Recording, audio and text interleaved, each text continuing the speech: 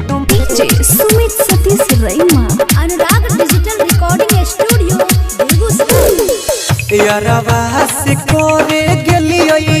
यारवा से कोरे गेलियोई रोटिया में भेट गे किलो भवाला बिया डाल दिलक कोई किलो भवाला बिया डाल दिलक कोई आ रही गेलई पेट में किलो भवाला बिया डाल दिलक कोई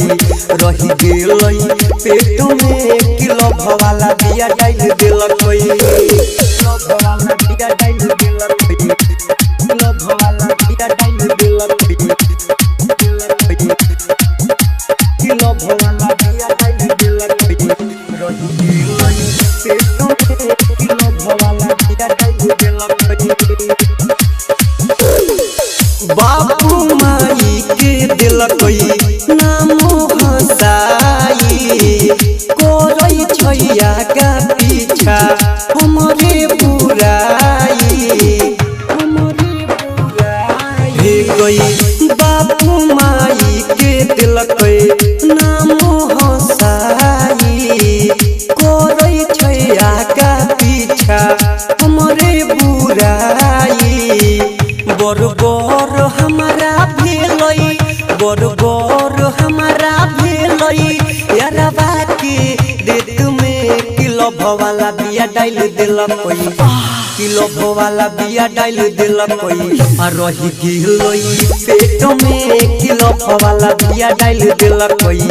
रही गेलई पेट में किलो भवाला बिया डाल दिलक कोई किलो भवाला बिया डाल दिलक कोई किलो भवाला बिया डाल दिलक कोई